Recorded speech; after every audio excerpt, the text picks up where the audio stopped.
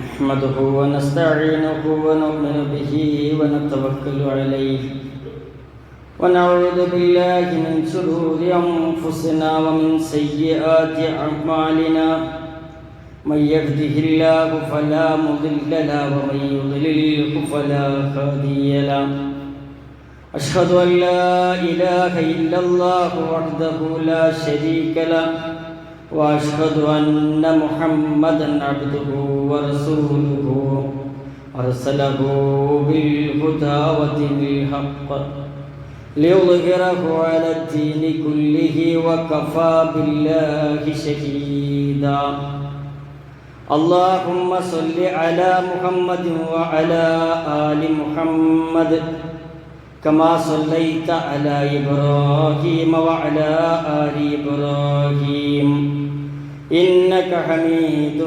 مجيد اللهم بارك على محمد وعلى آل محمد كما باركت على إبراهيم وعلى آل إبراهيم إنك حميد مجيد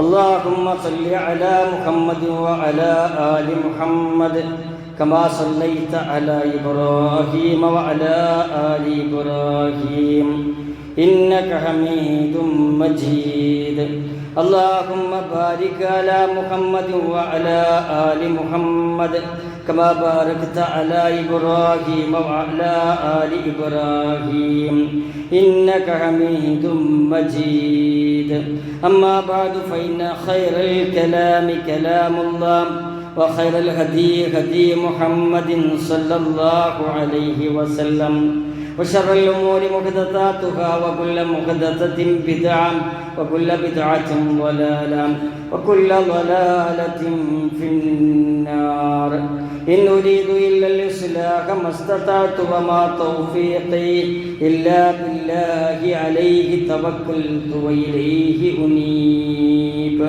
رب اشرح لي صدري ويسر لي أمري واحلل عقدة من لساني يفقهوا قولي أعوذ بالله من الشيطان الرجيم بسم الله الرحمن الرحيم يا أيها الذين آمنوا اتقوا الله حق تقاته ولا تموتن إلا وأنتم مسلمون ഏറ്റവും സ്നേഹം നിറഞ്ഞ സത്യവിശ്വാസികളെ സത്യവിശ്വാസിനികളെ സഹോദരി സഹോദരന്മാരെ, അല്ലാഹു റബ്ബുൽ ഇസ്സത്തിന്റെ വിധിവിലക്കുകൾക്കനുസരിച്ച് ജീവിതത്തെ ക്രമീകരിക്കണമേ എന്ന് ആദ്യമേ എന്നോടും പ്രതിനിധികളോട് ഉപദേശിക്കുകയാണ്, വസിയത്ത് ചെയ്യുകയാണ്.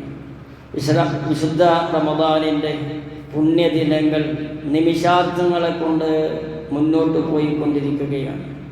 നോമ്പ് എത്രയായി എന്ന് ചോദിച്ചാൽ ഇത്രയായോ എന്നുത്തരം പറയുന്ന ഒരവസ്ഥയിലേക്ക് സമയം അടുത്തു വരികയാണ്.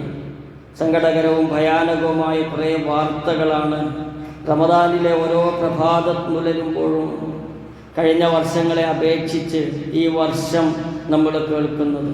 പ്രായഭേദ വ്യത്യാസമില്ലാതെ ലഹരിയും മ്യൂസിക് ബാൻഡുകളും സിനിമകളും ലിബറൽ ചിന്തകളും വ്യത്യസ്ത അഡിക്ഷനും മൂലം കേരളത്തിലെ കുടുംബ സാമൂഹിക രംഗം കലാപഭൂമിയായി കൊണ്ടിരിക്കുകയാണ്. അടുത്തത് ഏത് കുടുംബത്തിലാണ്, എന്താണ് സംഭവിക്കുക എന്നതിൻ്റെ ആശങ്കയിലാണ് കേരളത്തിലെ മുഴുവൻ കുടുംബങ്ങളും എന്ന് ചിന്തിക്കേണ്ട ഒരവസ്ഥയിലാണ് നമ്മളുള്ളത്.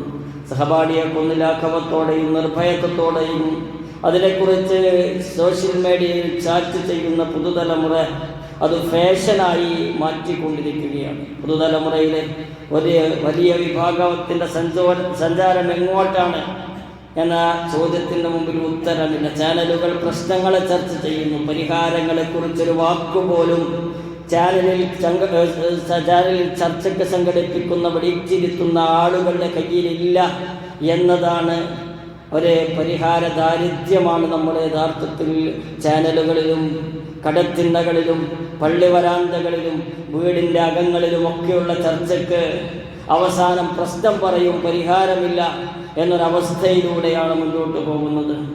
കുട്ടികൾ തെറ്റ് ചെയ്താൽ അവരുടെ മേലെടുക്കുന്ന ശിക്ഷാ നടപടികളുടെ കുറവ്, അല്ലെങ്കിൽ ഇനി എന്തു ചെയ്താലും പ്രശ്നമില്ല, മൈനറാണല്ലോ എന്നുള്ള ഒരു ജുവനയിലാണല്ലോ എന്നൊരു ചിന്തയാണ് കുട്ടികളിൽ വിതച്ചുകൊണ്ടിരിക്കുന്നത്.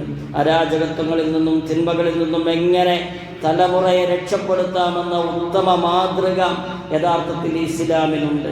ഇതിനേക്കാളധികം ലഹരിയുള്ള, ഇതിനേക്കാളധികം കൊലപാതകങ്ങൾ നടന്നിരുന്ന, ഇതിനേക്കാളധികം പലിശയും ചൂതാട്ടവും മത്സരങ്ങളും പെണ്ണും വ്യഭിചാരവുമുള്ള ഒരു കാലഘട്ടത്തെ പ്രവാചകൻ സല്ലല്ലാഹു അലൈഹി വസല്ലം തിരുത്തിയ ഒരു ആയുധമുണ്ട്. ആ ആയുധം കയ്യിലെടുക്കാൻ ഓരോരുത്തരും വ്യക്തിപരമായി ശ്രമിക്കുമ്പോൾ ഈ ഒരു കേരളത്തിൻ്റെ ഈ ഒരു അന്തരീക്ഷത്തിനൊരു പരിഹാരമാകും എന്ന് നമ്മൾ ചിന്തിക്കേണ്ടതുണ്ട്. ശഹ്റു റമദാനല്ലദീ ഉൻസില ഫീഹിൽ ഖുർആൻ ഹുദൽ ലിന്നാസി വബയ്യിനാതിൻ മിനൽ ഹുദാ വൽ ഫുർഖാൻ. ജനങ്ങൾക്ക് മാർഗദർശനമായിക്കൊണ്ടും നേർവഴി കാട്ടുന്നതും സത്യവും അസത്യവും വേർതിരിച്ച് കാണിക്കുന്നതുമായ സുവ്യക്തമായ തെളിവുകളെ കൊണ്ടും വിശുദ്ധ ഖുർആൻ അവതരിപ്പിക്കപ്പെട്ട മാസമാകുന്നു റമദാൻ.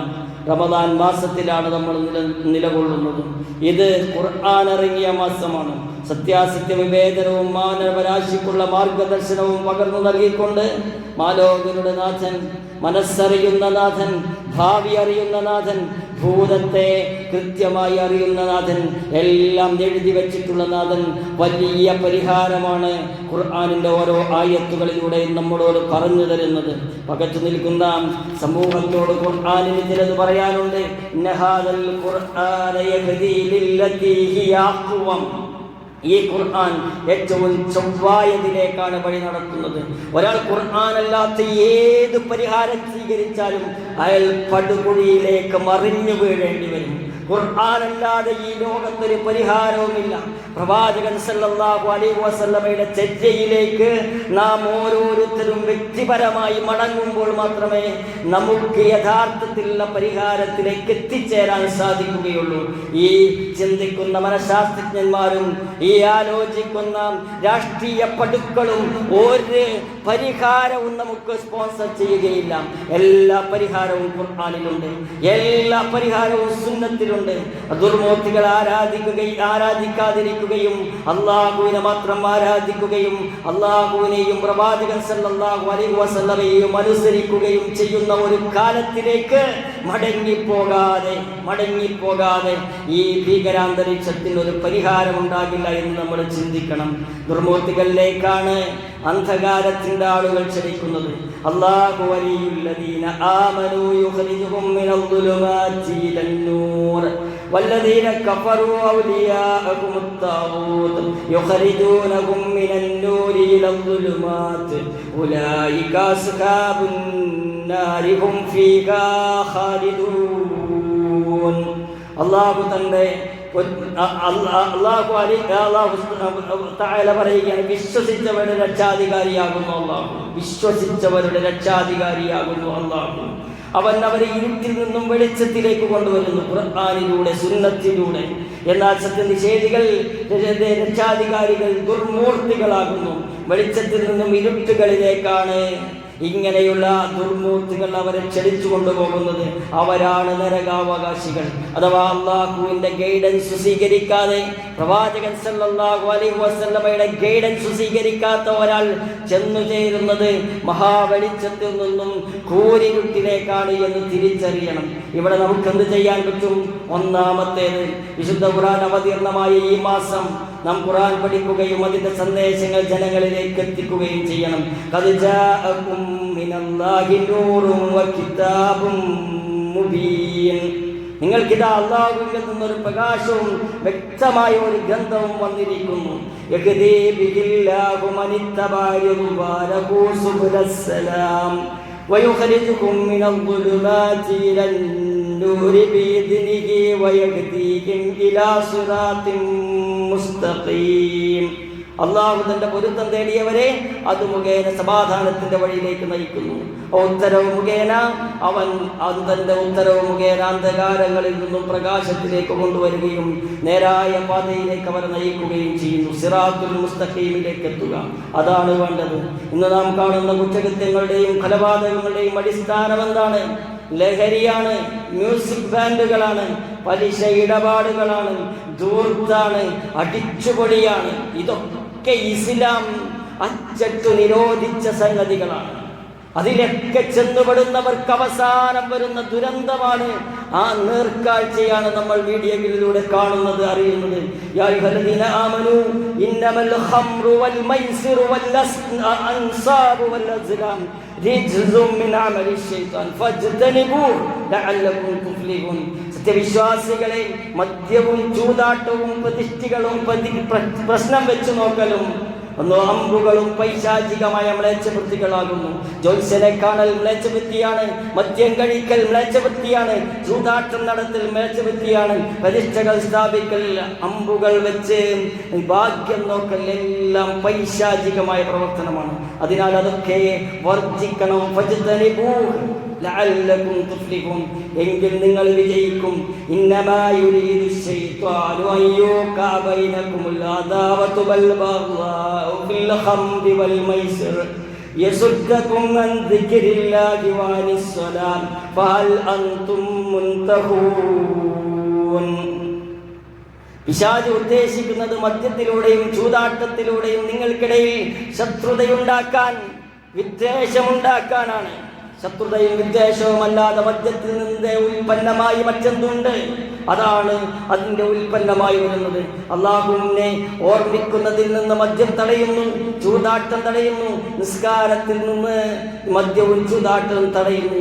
അതുകൊണ്ട് എന്തു ചെയ്യണം? ഫഹൽ അൻതും മുൻതഹൂൻ, നിങ്ങൾക്കതിൽ നിന്ന് വിരമിക്കാനായില്ലേ കേരളത്തിന്റെ കൗമാരത്തിന്, വിരമിക്കാനായില്ലേ കേരളത്തിന്റെ യുവത്വത്തിന് എന്ന ചോദ്യമാണ് ഖുർആൻ ചോദിക്കുന്നത്. ഈ ചോദ്യത്തിന് ഉത്തരം നൽകുന്നില്ല. ഇതിന് കൃത്യമായ ഉത്തരം നൽകുന്ന ഒരാൾ ഈ ബുദ്ധിമുട്ടിൽ നിന്നും ഈ പ്രതിസന്ധിയിൽ നിന്നും രക്ഷപ്പെടും. രണ്ടാമത്തെ കാര്യം എന്താ? ഖുർആൻ പകർന്നു നൽകുന്ന വിശ്വാസം, അത് ഉൾക്കൊള്ളണം, അത് ഷെയർ ചെയ്യണം, അത് പങ്കുവെക്കണം. അങ്ങനെയുള്ളവരുടെ വിശേഷണങ്ങൾ ഖുർആൻ എടുത്തു പറയുന്നുണ്ട്. എന്താ ഖുർആന്റെ സിറാത്തുൽ മുസ്തഖീമിലേക്ക് ഒരാൾ ചെന്നു ചേർന്നാൽ എന്താണ് അയാൾക്ക് സംഭവിക്കുക? ഖുൽനഖ്ബിതു മിൻഹാ ജമീആ ഫഇമ്മാ യഅതിയന്നകും മിന്നീ ഹുദൻ ഫമൻ തബിഅ ഹുദായ ഫലാ ഖൗഫുൻ അലൈഹിം വലാ ഹും യഹ്സനൂൻ. ഒരാൾ ആ നേർമാർഗം സ്വീകരിച്ചാൽ, എൻ്റെ പക്കൽ നിന്ന് വന്നെത്തുന്ന നേർമാർഗം സ്വീകരിച്ചാൽ അവന് ദുഃഖിക്കേണ്ടതില്ല, അവന് ഭയപ്പെടേണ്ടതില്ല, ഭയപ്പെടേണ്ടതില്ല. അപ്പോൾ ദുഃഖവും ഭയവും നീങ്ങണമെങ്കിൽ ഖുർആൻ അനുസരിച്ച് ജീവിച്ചാൽ മതി. രണ്ടാമത്തെ കാര്യം എന്താണ്? അവർ അല്ലാഹുവിന്റെ കൽപ്പനകൾ ലംഘിക്കുന്നതിൽ ഭയപ്പെടും. യുഖദ്ദിറുകുമുല്ലാഹു നഫ്സഹു ഇലല്ലാഹിൽ മസീർ. യുഖദ്ദിറുകുമുല്ലാഹു നഫ്സഹു ഇലല്ലാഹിൽ മസീർ. അള്ളാഹു അവനെ പറ്റി താക്കീത് നൽകുന്നു. അതുകൊണ്ട് അള്ളാഹുവിലേക്ക് നിങ്ങൾ തിരിച്ചു ചെല്ലുമെന്ന ഒരു ബോധം നിലനിർത്തുക. ഫല്യഹ്ദരില്ലദീന യുഖാലിഫൂന അൻ അംരിഹി അൻ തുസീബഹും ഫിത്ന ഔ യുസീബഹും അദാബുൻ അലീം. ആകയാൽ അദ്ദേഹത്തിന്റെ കൽപ്പനയ്ക്ക് എതിർ പ്രവർത്തിക്കുന്നവർ തങ്ങൾക്ക് വല്ല ആപത്തും വന്ന് ഭവിക്കുകയോ വേദനയേറിയ ശിക്ഷ ബാധിക്കുകയോ ചെയ്യുന്നത് സൂക്ഷിച്ചു കൊള്ളട്ടെ. പ്രവാചകൻ സല്ലല്ലാഹു അലൈഹി വസല്ലമയുടെ കൽപ്പനയ്ക്ക് ഏതെങ്കിലും ഒന്നിനെതിരു നിന്നാൽ നിന്നവൻ അത് അനുഭവിക്കേണ്ടി വരുമെന്ന് ഖുർആൻ പ്രഖ്യാപിക്കുകയാണ്. അള്ളാഹുവിനെ കുറിച്ചുള്ള ഭയം തെറ്റുകളിൽ നിന്നും അവരകറ്റി നിർത്തും. അതുവഴി പുണ്യത്തിന് അർഹരാവുകയും ചെയ്യും. അള്ളാഹു ഉണ്ടെന്ന ബോധം പോലും നശിച്ച ഒരു സമൂഹമായി മാറിക്കൊണ്ടിരിക്കുകയാണ് ഓരോരുത്തരും.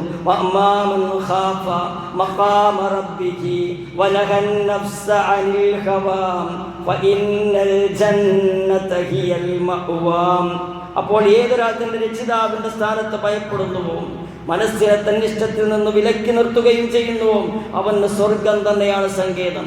എല്ലാ തിന്മകളുടെയും അടിസ്ഥാനം തന്നിഷ്ടമാണ്, താൻ തോന്നിത്തമാണ്. എനിക്ക് തോന്നിയതുപോലെ ഞാൻ ചെയ്യുമെന്ന ഒരു ഉറച്ച ശാഠ്യവും നാശകരമായ ഒരു ചിന്തയുമാണ് മുഴുവൻ തിന്മയുടെയും കാര്യം.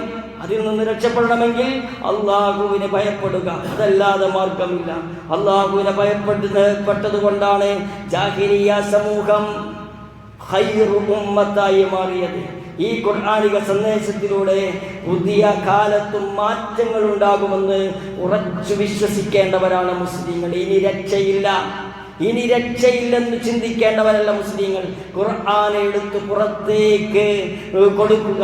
അതിൻ്റെ പ്രകാശം ഈ സമൂഹത്തിൽ വ്യാപിക്കുമ്പോൾ ഈ തിന്മകളൊക്കെ കെട്ടടങ്ങി ഖൈറു ഉമ്മത്തായി മാറാൻ സാധിക്കും. മൂന്നാമത്തെ പരിഹാരം എന്താ? ഖുർആൻ സമൂഹത്തെ സ്വാധീനിക്കണമെങ്കിൽ അതിൻ്റെ ആശയവും വ്യാഖ്യാനവും മനസ്സിലാക്കി പാരായണം ചെയ്യണം. പാരായണം ചെയ്യുന്നത് പോലും ചിന്തിച്ചുകൊണ്ടായിരിക്കണം.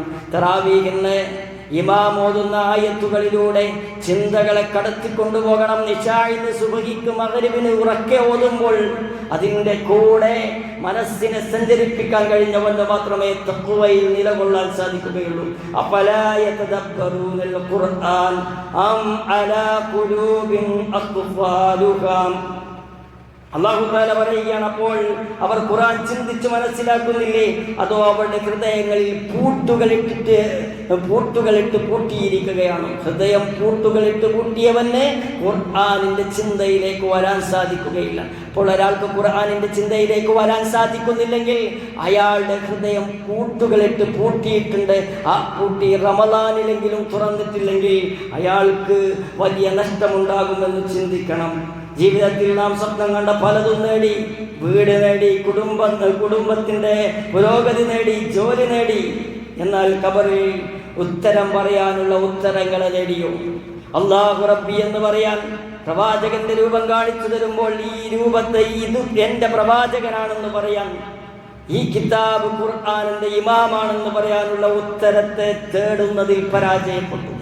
അതാണ് സംഭവിച്ചത്. ഈ നമ്മുടെ വീട്ടിൽ ഒരു തഫ്സീർ ഉണ്ടായിട്ട് അത് ആദ്യം മുതൽ അവസാനം വരെ ഒരു പ്രാവശ്യം ഇത് അല്ലാഹു എനിക്ക് തന്ന കാറ്റലോഗാണ്, ഞാൻ നന്നാകാനുള്ള പുസ്തകമാണെന്ന് വിചാരിച്ച് വായിച്ചു നോക്കാൻ നമുക്ക് മനസ്സുണ്ടായിട്ടുണ്ടോ? അമ്മ ജുസിന്റെ അർത്ഥമെങ്കിലും അറിയുമോ? ഫാത്തിഹ സൂറത്തിന്റെ അർത്ഥം അറിയുമോ? ആയത്തുൽ കുർസിയുടെ മഹത്വം അറിയുമോ? ആ ആയത്ത് എവിടെയൊക്കെയാണ് പാരായണം ചെയ്യേണ്ടതെന്നറിയുമോ? അവസാനത്തെ 3 സൂറത്തിന്റെ മഹത്വം അറിയുമോ? അതെവിടെ പാരായണം ചെയ്യണമെന്നറിയുമോ? മയ്യത്ത് നമസ്കരിക്കുമ്പോഴുള്ള പ്രാർത്ഥന അറിയുമോ? 1 മണിക്കൂർ നിന്ന് നമസ്കരിക്കാനുള്ള ഹിഫ്ളുണ്ടോ നമുക്ക്? ആലോചിക്കണം, ചിന്തിക്കണം. ഇല്ലെങ്കിൽ ഖുർആന്റെ കാര്യത്തിൽ വളരെ വലിയ ദാരിദ്ര്യത്തിലാണ് നമ്മൾ എന്നാലോചിക്കണം, ചിന്തിക്കണം. നിസ്സാരമായ ഈ കുഞ്ഞു കുഞ്ഞു ചോദ്യങ്ങൾക്ക് പോലും ദീനിന്റെ കാര്യത്തിൽ മറുപടി പറയാൻ കഴിയുന്നില്ലെങ്കിൽ ദീനിന്റെ കാര്യത്തിൽ നമ്മൾ സീറോ ബാലൻസിലാണെന്ന് വിചാരിക്കണം. ബാലൻസ് സീറോ ആകുമ്പോഴേ അത് കൂട്ടാനുള്ള ഒരു താല്പര്യം മനുഷ്യനുണ്ടാവുകയുള്ളൂ. 4 ഖുർആനിന്റെ ആത്മീയ മാധുര്യം നുകരാൻ സാധിക്കണം. അന്ധവിശ്വാസങ്ങൾ കൊണ്ട്, ദുഷിച്ച ചിന്തകൾ കൊണ്ടും ചടിപുരണ്ട ഹൃദയങ്ങളിൽ ഖുർആന്റെ മാധുര്യം എത്തിയപ്പോൾ ആ സഹാബത്തിനുണ്ടായ മാറ്റം എത്ര വലുതായിരുന്നു. ഉസ്മാൻ ഇബ്നു അഫ്ഫാൻ റളിയല്ലാഹു അൻഹു പറയുന്നു, ഹൃദയം ശുദ്ധമാണെങ്കിൽ ഖുർആൻ പാരായണം, ഹൃദയം ശുദ്ധമാണെങ്കിൽ ഖുർആൻ പാരായണം മതി വരില്ല. ശരിക്കും ശ്രദ്ധിക്കണം.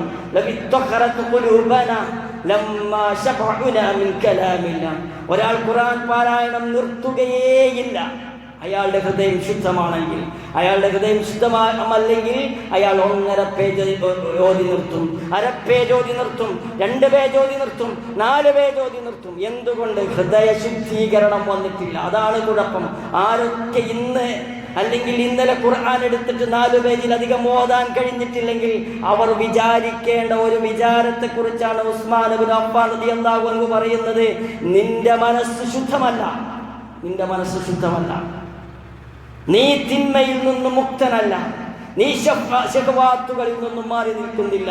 നിനക്കെന്തോ ഒരു അഡിക്ഷൻ ബാധിച്ചിരിക്കുന്നു. അഡിക്ഷനുള്ള ആളുകൾക്ക് ഖുർആൻ കൂടുതൽ പാരായണം ചെയ്യാൻ സാധിക്കുകയില്ല. ഇമാം ഖത്താദ റഹ്മത്തുള്ളാഹി പറയുന്നു, 7 രാത്രികളും ഖുർആൻ ഓതി റമദാനായാൽ 3 രാത്രികൾ കൊണ്ട് പൂർത്തിയാക്കും. അവസാനത്തെ 10 ഓരോ രാത്രിയിലും ഓരോ ഖത്തം തീർക്കും. ഖത്താദ റഹ്മത്തുള്ളാഹിയുടെ അവസ്ഥ എന്താണ്? സാധാരണ കാലത്ത് 7 ദിവസം കൊണ്ട് ഖത്തം തീർക്കും. ഇനി റമദാനിലാണെങ്കിൽ 3 ദിവസം കൊണ്ട് ഖത്തം തീർക്കും. അവസാനത്തെ 10 ഒരു രാത്രി കൊണ്ട് ഖത്തം തീർക്കും. ഒരു രാത്രി കൊണ്ട് ഖത്തം തീർക്കും. കഴിയും സുഹൃത്തുക്കളെ, നമുക്ക് അചിന്യമാണത്. കാരണം നമ്മുടെ പാപത്തിന്റെ വേലിയേറ്റം അത്രത്തോളമുണ്ട്. പാപത്തിന്റെ കൂരിരുട്ട് മനസ്സിൽ അത്രത്തോളമുണ്ട്. അതുകൊണ്ടാണ് ഇതിനെക്കുറിച്ച് ചിന്തിക്കുമ്പോൾ ഇതൊരാൾക്ക് സാധിക്കാത്തതാണ്, ഇത് വെറുതെ പറയുകയാണ് എന്ന് ചിന്തിക്കുന്നത്. ഇമാം ഷാഫി റഹ്മത്തുള്ളാഹി അദ്ദേഹം റമദാനിൽ 60 ഖത്തം തീർക്കുമായിരുന്നു. 8ാം വയസ്സിൽ ഖുർആൻ മുഴുവൻ മനഃപ്പാഠമാക്കി ആയിരക്കണക്കിന് പ്രാവശ്യം, 10,000-ന്റെ അധികം പ്രാവശ്യം ഖത്തം തീർത്ത ആളാണ് ഇമാം ഷാഫി റഹ്മത്തുള്ളാഹി. 60 പ്രാവശ്യം ഒരു പകൽ മുഴുവനോതും, രാത്രി മുഴുവനോതും കഴിയും. കേരളത്തിൽ തന്നെ ഒരു കുട്ടി 7.5 മണിക്കൂർ കൊണ്ട് അവന് ഹിഫ്ള് പഠിച്ചത് ആദ്യം മുതൽ അവസാനം വരെ ഉസ്താദിന് നിർത്താതെ 7.5 മണിക്കൂർ കൊണ്ട് ഓതി കൊടുത്തു. അപ്പോൾ കഴിയുമോ? ഇല്ലേ? എത്ര മണിക്കൂറുണ്ട് ഒരു ദിവസം? അപ്പോൾ ഒരാൾ ഖുർആൻ ഓതാൻ ശ്രമിച്ചാൽ അയാൾക്ക് ഒരു ദിവസം കൊണ്ട് ഖത്തം തീർക്കാൻ കഴിയും. ഇമാം സുഫിയാൻ സൗരി റഹ്മത്തുള്ളാഹി പറയുന്നു, അദ്ദേഹം റമദാനായാൽ എല്ലാം ഒഴിവാക്കി ഖുർആനിലേക്ക് നീങ്ങും. നമ്മൾ ഒന്നിനോട് കോംപ്രമൈസ് ഇല്ല.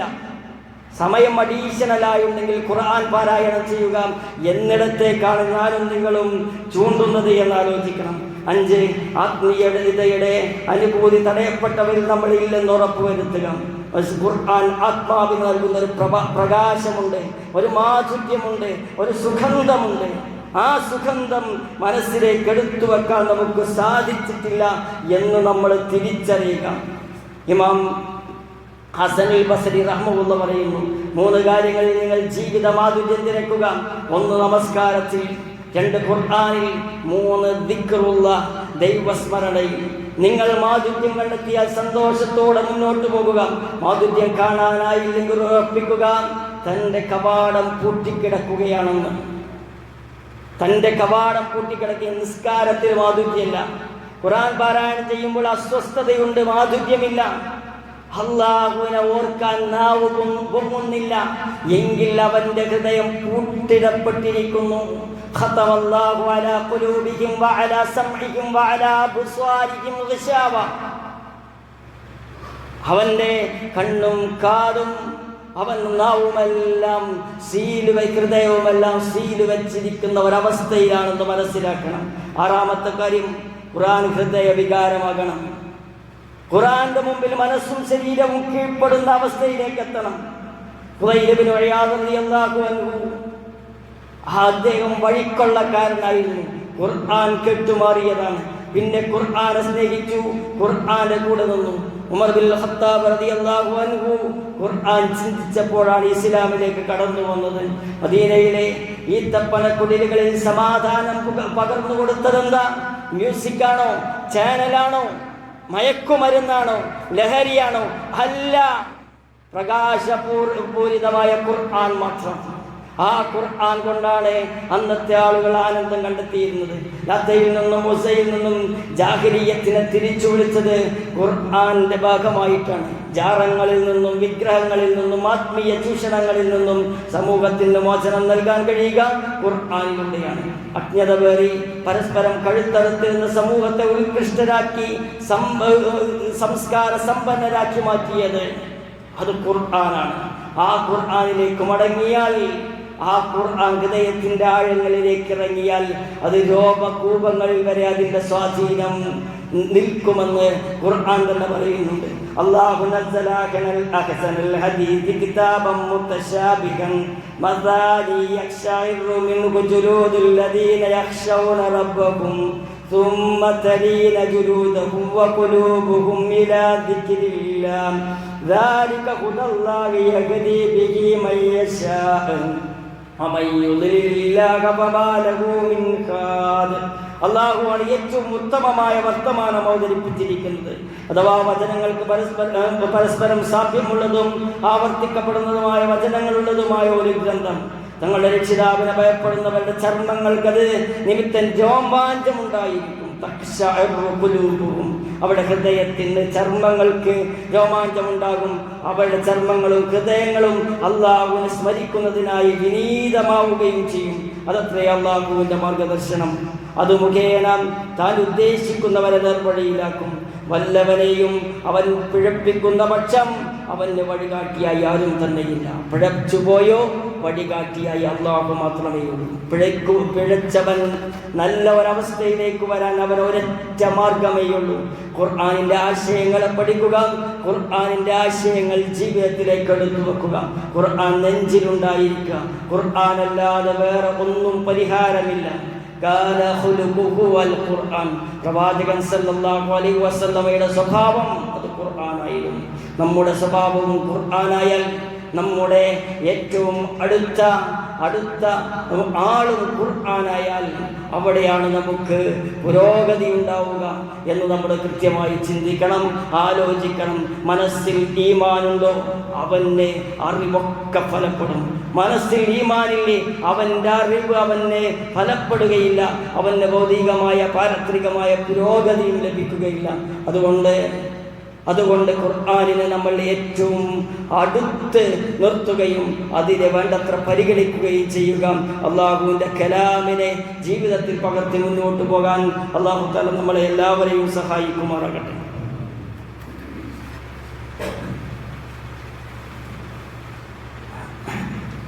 ബിസ്മില്ലാഹിർ അൽഹംദുലില്ലാഹി വസ്സലാത്തു വസ്സലാമു അലാ റസൂലില്ലാഹി വഅലാ ആലിഹി വസഹ്ബിഹി അജ്മഈൻ. അമ്മാ ബഅദ്.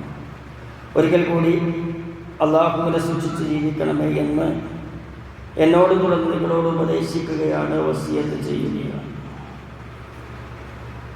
ഈ ലോകത്ത് ഇപ്പോൾ നടക്കുന്ന എല്ലാ സംഭവ വികാസങ്ങൾക്കും യഥാർത്ഥ പരിഹാരം അത് ചെയ്യുന്നവരുടെ മനസ്സിൽ ഖുർആനിൻ്റെ ആശയങ്ങൾ കയറുകയും ഖുർആൻ അനുസരിച്ച് ജീവിക്കാൻ തയ്യാറാവുകയും ചെയ്യുക എന്നത് മാത്രമാണ്. ഖുർആൻ മധുരിച്ച ഹൃദയത്തിൽ നല്ല ഭർത്താവിനെ അനുഭവിക്കാൻ കഴിയും. വഞ്ചനയില്ലാത്ത സാമൂഹ്യ പ്രവർത്തകൻ ജനിക്കുന്നത് ഖുർആൻ പഠിക്കുന്നതിലൂടെയാണ്. നല്ല വാപ്പയുണ്ടാകാൻ, നല്ല ഉമ്മയുണ്ടാകാൻ, നല്ല മകനുണ്ടാകാൻ, നല്ല മകളുണ്ടാകാൻ, മക്കൾ ചാടിപ്പോകാതിരിക്കാൻ, കൊലപാതകം നടത്താതിരിക്കാൻ, തലക്കടിച്ചു കൊല്ലാതിരിക്കാൻ ഖുർആൻ പഠിക്കുകയല്ലാതെ പരിഹാരമില്ല. സഹപാഠിക്ക് മരണം വിധിക്കുന്നതിന് പകരം സ്നേഹം പകർന്നു നൽകും, കാരുണ്യം പകർന്നു നൽകും. അവൻ പാവങ്ങൾക്ക് താങ്ങാകും, മാതാപിതാക്കൾക്ക് തണലാകും. ഖുർആൻ പഠിച്ചാൽ അവർക്ക് വേണ്ടി സമൂഹം കൊതിക്കും. അവരുടെ വിയോഗം മറ്റുള്ളവരെ ദുഃഖത്തിലാഴ്ത്തും. ഖുർആൻ പഠിച്ച് മനസ്സിലാക്കി സമൂഹത്തെയും കുടുംബത്തെയും സേവിച്ച് തിരിച്ചു പോകുന്ന ഒരാളുടെ മരണം എത്രത്തോളം പ്രയാസം വരുത്തും ആ സമൂഹത്തിനും കുടുംബത്തിനും. എട്ടാമത്തെ ഒരു പരിഹാരം എന്താ? അള്ളാഹുവിൻ്റെ കലാമിന് മുന്നിൽ കണ്ണുനീർ പൊഴിക്കുന്ന ഒരു മനുഷ്യൻ മറ്റുള്ളവരുടെ കണ്ണീർ തുറക്കുന്നവരായിരിക്കും. وإذا سمعوا ما أنزل إلى الرسول ترى أعينهم تفيض من الدمع مما عرفوا من الحق يقولون ربنا آمنا فاكتبنا مع الشاهدين. റസൂലിന് അവതരിക്കപ്പെട്ടത് അവർ കേട്ടാൽ സത്യം മനസ്സിലാക്കിയതിൻ്റെ ഫലമായി അവരുടെ കണ്ണുകളിൽ നിന്നും കണ്ണുനീർ ഒഴുകുന്നതായി നിനക്ക് കാണാം. അവർ പറയും, ഞങ്ങളുടെ രക്ഷിതാവേ ഞങ്ങൾ വിശ്വസിച്ചിരിക്കുന്നു, അതിനാൽ സത്യസാക്ഷികളോടൊപ്പം ഞങ്ങളെയും നീ രേഖപ്പെടുത്തണമേ എന്ന് പ്രാർത്ഥിച്ചുകൊണ്ടിരിക്കും. അറിയുക, പരലോകത്ത് ഖുർആനാണ് എനിക്ക് ഉപകാരപ്പെടുക. എൻ്റെ കണ്ണട, എൻ്റെ വാച്ച്, എൻ്റെ പാൻറ്, എൻ്റെ ഷർട്ട് എന്ന് പറയുന്നത് പോലെ എൻ്റെ മുസ്ഹഫ് എന്ന് പറയാനൊരു മുസ്ഹഫ് ഉണ്ടോ സുഹൃത്തുക്കളെ? ഉണ്ടോ? ഉണ്ടെങ്കിൽ നമ്മൾ മഹാഭാഗ്യവാന്മാരാണ്. ഇല്ലെങ്കിലോ ഖുർആൻ അകന്യകോടിയിൽ തള്ളിക്കളഞ്ഞ ആളുകളുടെ കൂട്ടത്തിൽ പരലോകത്ത് ചെന്ന് നിൽക്കേണ്ടി വരും. റസൂൽ സല്ലല്ലാഹു അലൈഹി വസല്ലം നമ്മളെ കുറിച്ച് അവിടെ പരാതി പറയും, ഖറഉൽ ഖുർആൻ ഫഇന്നഹു യഅതി ശാഫിഅൻ ലി അസ്ഹാബിഹി. ശുപാർശ ചെയ്യും ഖുർആൻ. നാളെ ഖുർആൻ പാരായണം ചെയ്യുന്ന ആളുകൾക്ക് സഹറാവൈൻ നിങ്ങൾ പാരായണം ചെയ്യണമേ. അൽ ബഖറത്തു ആൽ ഇംറാൻ, ബഖറ സൂറത്തും ആൽ ഇംറാനും. فإنها يأتيان يوم القيامة كأنما غمامتان أو غيايتان أو فرقان من طير صفافا تهاجان عن صاحبه. രണ്ട് പക്ഷികൾക്ക് ചിറക് വിടർത്തി തണൽ നൽകുന്നത് പോലെ നാളെ സൂറത്തുൽ ബഖറയും ആൽ ഇംറാനും അവന് തണൽ നൽകുമെന്ന് നബിയുനാ മുഹമ്മദ് സല്ലല്ലാഹു അലൈഹി വസല്ലം പറഞ്ഞു. ഇഖ്റഊ അൽ ബഖറ, ബഖറ സൂറത്ത് നിങ്ങൾ വീട്ടിൽ പാരായണം ചെയ്യണം. ഫഇന്നാ ഖദഹ ബറക, അത് പാരായണം ചെയ്യുന്നവന് ബർക്കത്തെടുത്തുന്ന പറയുന്നത്. ഫതറകഹ ഹസറ, അത് സ്വീകരിക്കാത്തവൻ അഥവാ ബഖറ പാരായണം ചെയ്യാതെ ഉപേക്ഷിച്ചവൻ അവന് നാശം വരും, നഷ്ടം വരും.